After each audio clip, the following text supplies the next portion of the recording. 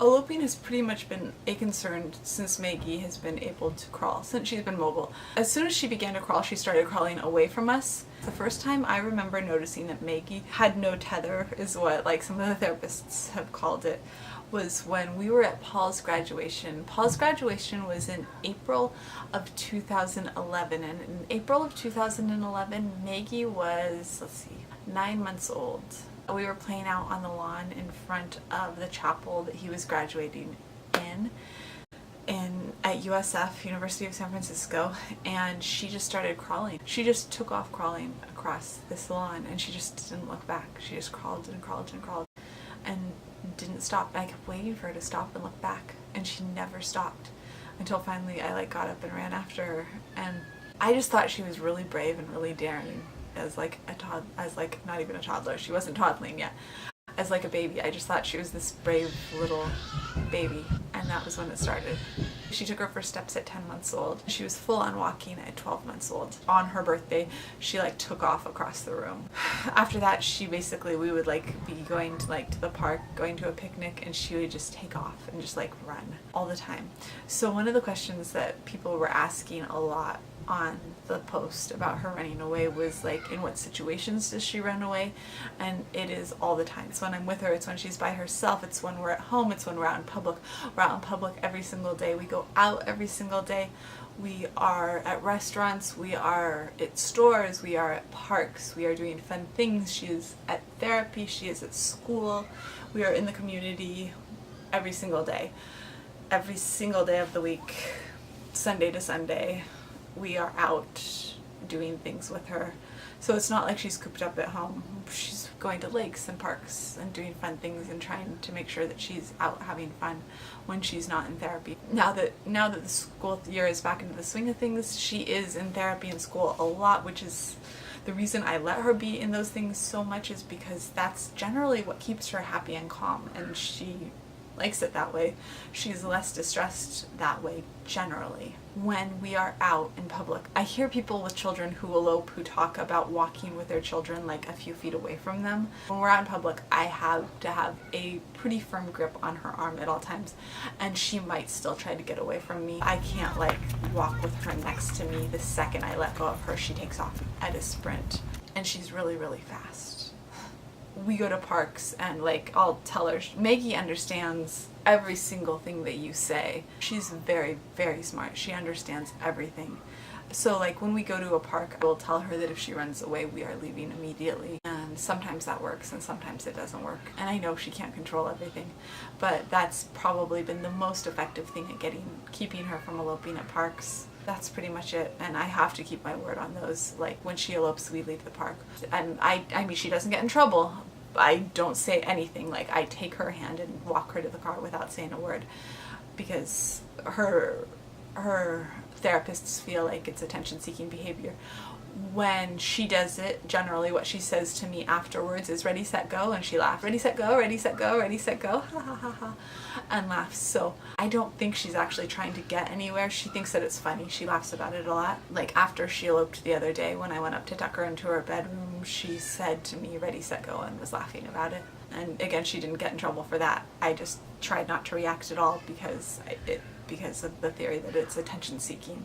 We're just trying to eliminate it by not reacting to it at all, and not her having it reinforced by reacting to it in any way.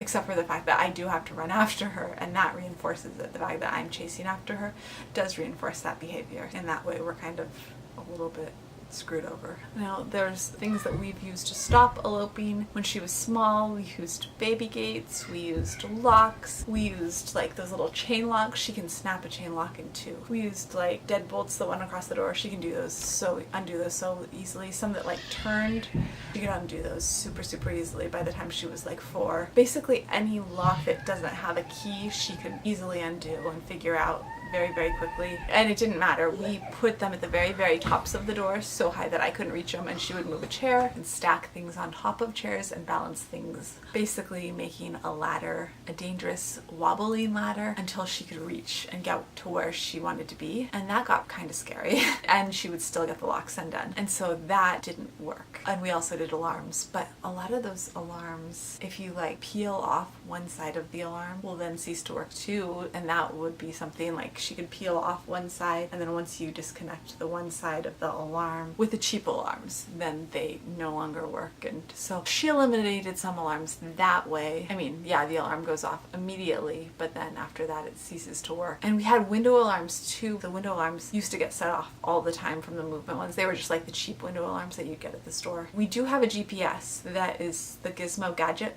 We tried is it Angel Sense? We tried that GPS, but it was just too big. And Maggie likes her clothes fitted. She kind of has the sensory, she likes the compression of tighter clothes.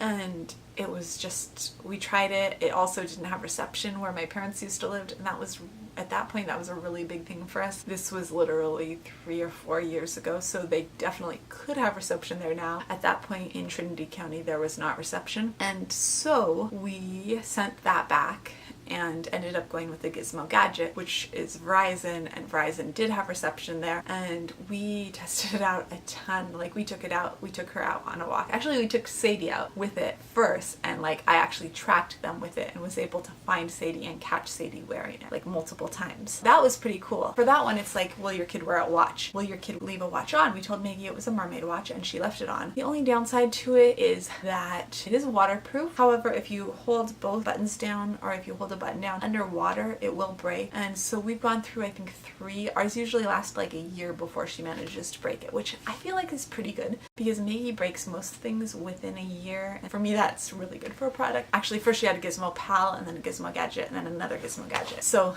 that GPS, she was not wearing her Gizmo Gadget though when she ran away the other day. We do need to get her back into the habit. She stopped wearing it last year when she went to school, because the downside is it is also a phone, which I guess for some people is an upside, but for us it's a downside because it became a problem because she was calling people all the time when she was at therapy, because she does use it as a phone. I wish there was a way to like shut off the phone and just have it as a GPS, because as a GPS it is really awesome. Now that her eloping is ramping back up again, we really do need to get it on her again, get her back into the habit of wearing it. One of our other big tools are double cylinder locks. Double cylinder locks are the key locks. We use a key when we get out of our house, basically. You have to have a key to get in and out of our front door and our back door, and that is because Maggie's basically broken, snapped, figured out every single lock in the Home Depot aisle. It doesn't matter what lock it is. If it doesn't have a key, she can get it. She's also pickpocketed me for my keys several times. She can use the keys, so we have to be super careful with where our keys are all of the time. I don't love that we have to have keys to get out of our house. Then the other day we unscrewed the cranks to the windows, and we thought, yes, that's done. Don't have to worry about it. And 5 minutes after she woke up, I turned around and she had already opened one of the windows. She had just gone over and started twisting the screw that controls the crank, and she'd gotten the window open, she'd unlocked it, and she'd used the screw to open it with her finger. So Paul put the crank back on, and he got some like handles, and he locked the handle, he locked that down and screwed it over the crank, so now the crank is completely immobilized. That should hold for the time being, I hope. And then, as you guys know, we are planning on installing a alarm system. That hasn't happened yet.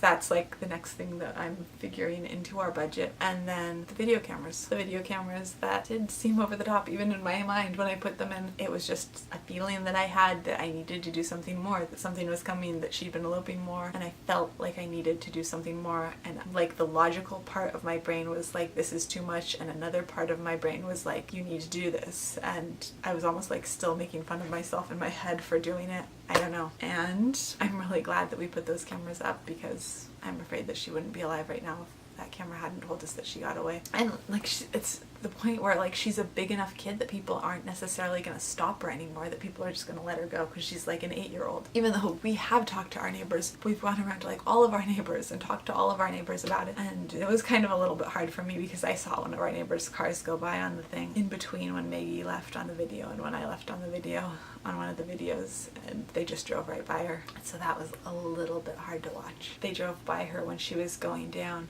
like that big street down the middle of the road, and they just drove right past her and kept driving. Anyways, better go get Patch to his doctor's appointment. Those are the things that we have done so far for Channel Eloping. The other thing is that we have our gigantic fenced backyard that is basically so far totally Maggie proof, that she has total freedom to go out and basically any time to run around in and play in. We try to give her as much freedom as she possibly can have so that she can go out there anytime to play and have fun, but obviously she still wants to run, just run free, not in the yard. But that is it for today. I will see you guys tomorrow. Hit subscribe if you haven't already for all things autism around here, and I'll see you guys tomorrow. Bye.